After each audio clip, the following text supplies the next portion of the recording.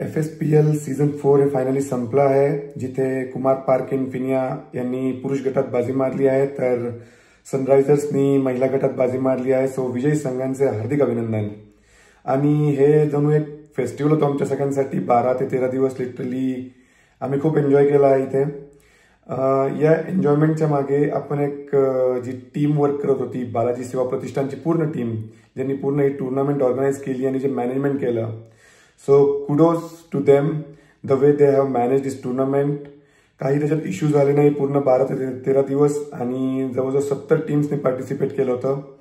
So without any dispute ही tournament अतिशय उत्कृष्टरित्या पार पाडली आहे.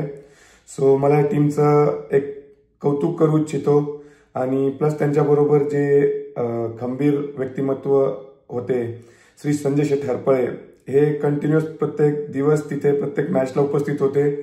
जे तिथे सपोर्टला जे सपोर्टिंग स्टाफ होतं त्यांना गाईड करत होते.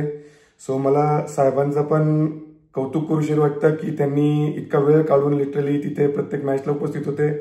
Sir thank you very much. तुम्ही टुर्नामेंट ऑर्गनाईज केली आणि जो वेळ आमच्यासाठी दिला इथे.